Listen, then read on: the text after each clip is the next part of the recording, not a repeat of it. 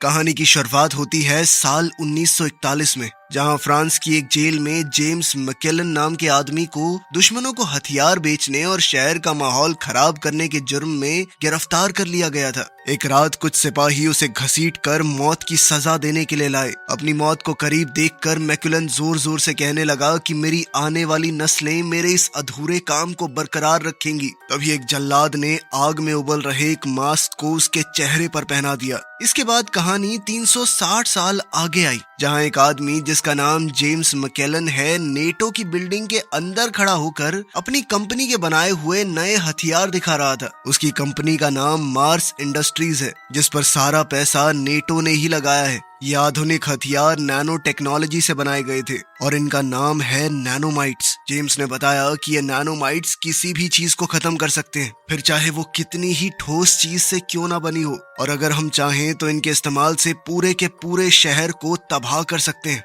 लेकिन ये किसी न्यूक्लियर बम की तरह नहीं है, ना तो ये किसी तरह की रेडिएशन छोड़ते हैं और इन्हें कंट्रोल करना बहुत आसान है। जब कहोगे रुक जाओ रुक जाएंगे। फिर जेम्स ने बताया कि नैनो टेक्नोलॉजी को किर्गिस्तान की फैक्ट्री से यहाँ भेजा जाएगा और फिर हम इसे नेटो के गोदाम में रखेंगे। अगले दिन 4 नैनोमाइट बॉम्ब्स को एक सूटकेस में रखकर नेटो की फोर्सेस को सौंप दिया गया। इस मिशन की जिम्मेदारी ड्यूक और रिपकॉर्ड नाम के 2 सिपाहियों को दी गई, मगर रास्ते में अचानक से एक रहस्यमयी एयरक्राफ्ट उनके हेलीकॉप्टर के पास पहुंचा और उसने ताबड़तोड़ फायरिंग करके नेटो फोर्सेस के आदमियों को मारना शुरू कर दिया। इस हमले के जवाब में नेटो के फौजियों ने भी तरह तरह की मिसाइल्स उन पर चलाई, लेकिन उस अनजान एयरक्राफ्ट पर बिल्कुल भी असर नहीं हुआ। अपने एडवांस हथियारों का इस्तेमाल करके एयरक्राफ्ट ने नेटो की सेना के सारे ट्रक उड़ा दिए और एयरक्राफ्ट को जमीन पर उतार दिया। फिर एक औरत बाहर आई जो कि इस टुकड़ी की कैप्टन भी थी। उस औरत के साथियों ने सभी बचे हुए फौजियों को मार गिराया और इसी अफरा तफरी के बीच उसने नैनोमाइट्स वाला सूटकेस निकाल लिया और वहां से जाने लगी।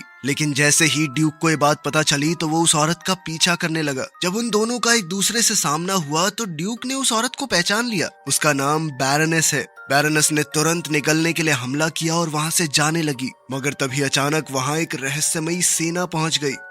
उन्होंने और भी ज्यादा एडवांस हथियारों का इस्तेमाल करके बैरनेस के साथियों को घायल कर दिया। ये देखकर ड्यूक ने बैरनेस का पीछा किया और उसके हाथों से सूटकेस छीन लिया, मगर फिर वो दूसरी टीम के सिपाही ड्यूक से सूटकेस मांगने लग गए। ड्यूक ने उन्हें साफ साफ मना किया कि मैं मर जाऊंगा, ये नहीं दूंगा, हम नेटो की तरफ से हैं, तुम किसकी साइड हो। फिर उस फौज ने ड्यूक को भरोसा दिलाने के लिए अपना लाइव प्रोजेक्टर ऑन किया, जिसमें जनरल हॉक कहने लगा कि ये सूटकेस इन्हें दे दो ताकि ये लोग इसे कुछ देर के लिए डीएक्टिवेट कर दें और ये गुंडे सूटकेस को ट्रैक ना कर पाएं। लेकिन ड्यूक इसके बाद भी नहीं माना और कहने लगा कि पहले मुझे इसे डीएक्टिवेट करके दिखाओ। सूटकेस के डीएक्टिवेट होते ही ड्यूक और रिपकॉर्ड उनके साथ जाने के लिए मान गए। कुछ देर बाद एयरक्राफ्ट इजिप्ट के रेगिस्तान में बनी हुई एक खुफिया जगह पर पहुंच गया, जिसे ये लोग पिट कहते हैं। जब वो लोग वहां पहुंचे तो जनरल हॉक ने ड्यूक और रिपकॉर्ड का स्वागत करते हुए उन्हें बताया कि मैं जीआई जो नाम की एक टॉप सीक्रेट मिलिट्री यूनिट का कैप्टन हूं और इस महान टीम को दुनिया भर के देशों से चुन चुन कर लाए गए सबसे बेहतरीन सोल्जर्स को मिलाकर बनाया गया है। तभी जेम्स ने लाइव प्रोजेक्टर के जरिए जीआई जो टीम से संपर्क किया,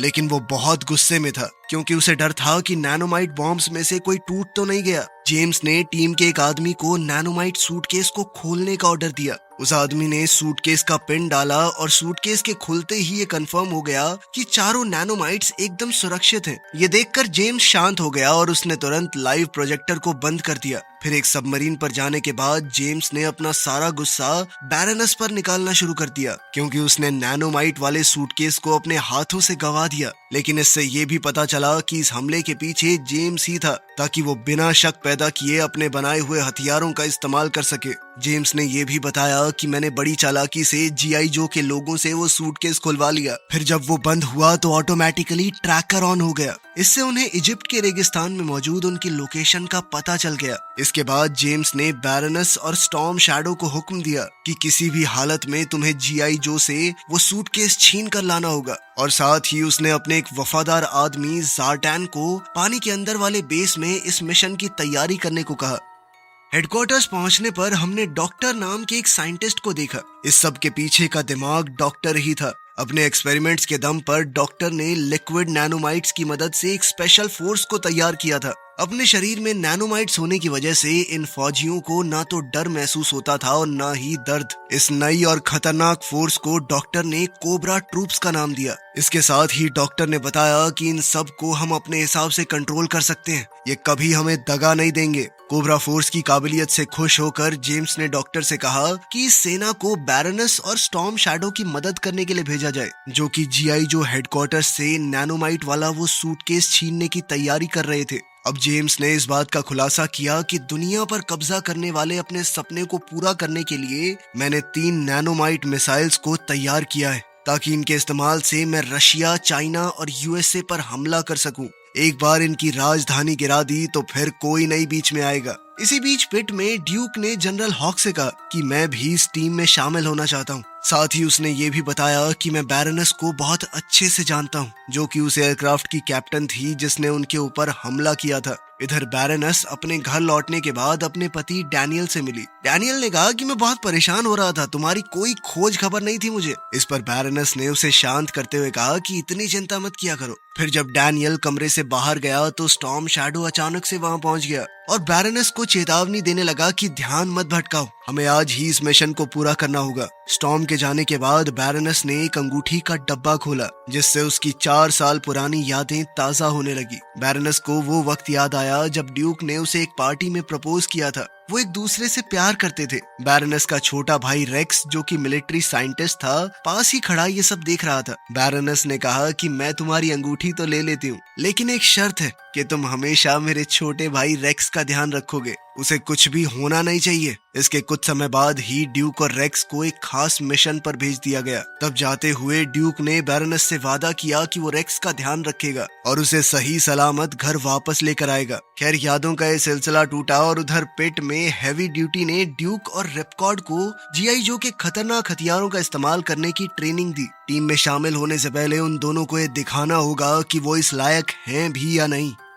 कुछ दिन बाद जनरल ने रिजल्ट्स का ऐलान किया। ड्यूक और रिपकॉर्ड को जीआई जो टीम में शामिल होने के लिए मंजूरी मिल गई थी। ठीक उसी रात जब पूरा पिट एकदम शांत था और टीम के ज्यादातर लोग आराम कर रहे थे, तभी अचानक से नुकीले मुंह वाला एक एयरक्राफ्ट पिट की दीवार को तोड़कर सीधा अंदर घुस गया। फिर स्टॉर्म शैडो, ज़ार्टैन और कोबरा फोर्स के कुछ फौजी बाहर निकले। जीआई जो के एक सैनिक को निशाना बनाने के बाद ज़ार्टैन ने उसके कपड़े पहन लिए और सीधा जनरल हॉक के कमरे की तरफ बढ़ गया ताकि अचानक से हमला कर सके। ठीक उसी वक्त बैरनस और स्टॉर्म शैडो ने भी तिजोरी खोलकर नैनोमाइट्स वाला वो सूटकेस बाहर निकाल लिया, लेकिन घायल होने के बावजूद भी जनरल हॉक ने जैसे तैसे इमरजेंसी अलार्म को एक्टिवेट कर दिया और अलार्म सुनते ही पूरी टीम हरकत में आ गई। उन्होंने घुसपैठियों को रोकने के लिए सबसे पहले तो उनके एयरक्राफ्ट को तबाह किया। एयरक्राफ्ट को तबाह हुआ देखकर बैरनस के कुछ आदमी लड़ते हुए पिट के कंट्रोल रूम में घुस गए और पिट की छत को खोल दिया ताकि बाकी लोगों को भागने में मदद मिल सके। फिर जैसे ही बैरनस और स्टॉर्म शैडो अपने खास सूट्स के पंख खोलकर भागने की तैयारी करने लगे तो ड्यूक ने आगे बढ़कर उनका रास्ता रोक लिया, मगर कोबरा फोर्स का सिपाही तभी पीछे से आया और उसने ड्यूक पर हमला कर दिया। लेकिन खुशकिस्मती से रिपकॉर्ड सही वक्त पर वहां पहुंचा। उसने हमला करने वाले को मार गिराया और अपने साथी ड्यूक की जान बचा ली। पिट के अंदर पूरी तरह अफरा तफरी मच गई। इसका फायदा उठाते हुए बैरनस और स्टॉर्म शैडो पिट से भागने लगे। तभी उनका रास्ता स्नेक आइज ने रोक लिया और स्टॉर्म शैडो उसका सामना करने के लिए पीछे ही रुक गया। लड़ते लड़ते उसे एहसास हुआ कि उसके सामने खड़ा योद्धा कोई और नहीं, उसके बचपन का दोस्त है। इसी बीच बैरनस लिफ्ट के जरिए भागने लगी, लेकिन स्कारलेट ने उसका रास्ता रोक दिया और अब दोनों के बीच भयानक लड़ाई शुरू हो गई। आखिर में स्टॉर्म शैडो अपने एडवांस सूट का इस्तेमाल करके हवा में उड़ने लगा। तभी बैरनस ने भी उसे पकड़ लिया और वो दोनों नैनोमाइट्स वाला सूटकेस लेकर वहां से निकल गए। ऊपर एक एयरक्राफ्ट पहले से उनका इंतजार कर रहा था, जिसमें चढ़कर वो पल भर में वहां से निकल गए। उधर पिट में रिपकॉर्ड ने देखा कि बैरनस के साथ लड़ाई करते वक्त स्कारलेट घायल हो गई थी। इसी बीच स्नेक आइज को भी अपना बचपन याद आने लगा। उसने अपने बचपन के दिनों को देखा कि वो टोक्यो में है, जहां उसने एक मंदिर से खाना चुराया था। और पकड़े जाने के बाद स्टॉर्म शैडो ने उसकी जमकर पिटाई भी की, लेकिन इतने में मास्टर ने उन्हें देख लिया था। उन्होंने स्नेक आइज को मंदिर में ही रुककर मार्शल आर्ट सीखने को कहा। इधर आज की दुनिया में हेडक्वार्टर्स के अंदर जेम्स ने बैरोनेस और स्टॉर्म शैडो को अपना पहला आतंकवादी हमला करने को कहा। वो कहने लगा कि सबसे पहले हम पेरिस में एक नैनोमाइट बॉम्ब का इस्तेमाल करेंगे, क्योंकि फ्रांस की सरकार ने मेरे पूर्वजों पर अत्याचार किए थे।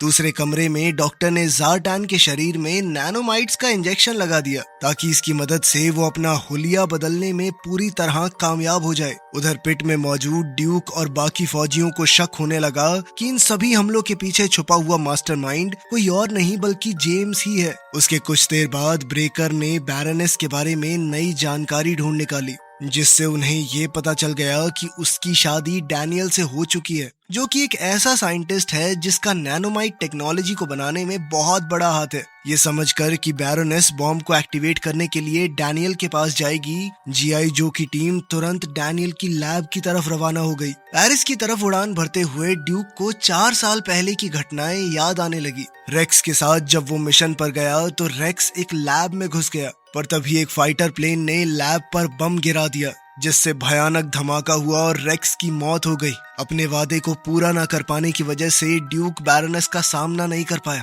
और तब से लेकर आज तक दोनों के बीच की दूरियां बढ़ती चली गई। पेरिस पहुंचने के बाद बैरोनेस और स्टॉर्म शैडो डैनियल की लैब में जबरदस्ती घुस गए और उसे सूटकेस के अंदर मौजूद सभी नैनोमाइट बॉम्ब्स को एक्टिवेट करने पर मजबूर करने लगे। बम एक्टिवेट होते ही स्टॉर्म शैडो ने डैनियल को मार दिया। ठीक उसी वक्त जब जीआई जो की टीम एक वैन में सवार होकर लैब की तरफ जा रही थी, तभी रास्ते में उनकी नजर बैरोनेस और स्टॉर्म शैडो पर पड़ गई और वो तुरंत उनका पीछा करने लगे। फिर जब बैरोनेस नैनोमाइट से धमाका करने के लिए आईफिल टावर की तरफ बढ़ रही थी तो उसने स्कारलेट को अपना पीछा करते हुए देखा। बैरोनेस ने उस पर गोली चला दी, जिससे स्कारलेट बाइक से दूर जा गिरी, लेकिन रिपकॉर्ड ने सही वक्त पर पहुंचकर स्कारलेट को बचा लिया। फिर ड्यूक और रिपकॉर्ड ने बैरोनेस की गाड़ी का पीछा करना जारी रखा, जबकि उन पर लगातार मिसाइलों से हमले हो रहे थे। इसी बीच स्नेक आइज गाड़ी के नीचे फिसलकर घुसने में कामयाब हो गया। उसने गाड़ी के चारों टायर्स पर गोलियां चलाई, लेकिन गाड़ी को रोक नहीं पाया और ना चाहते हुए भी उसे पीछे हटना पड़ा।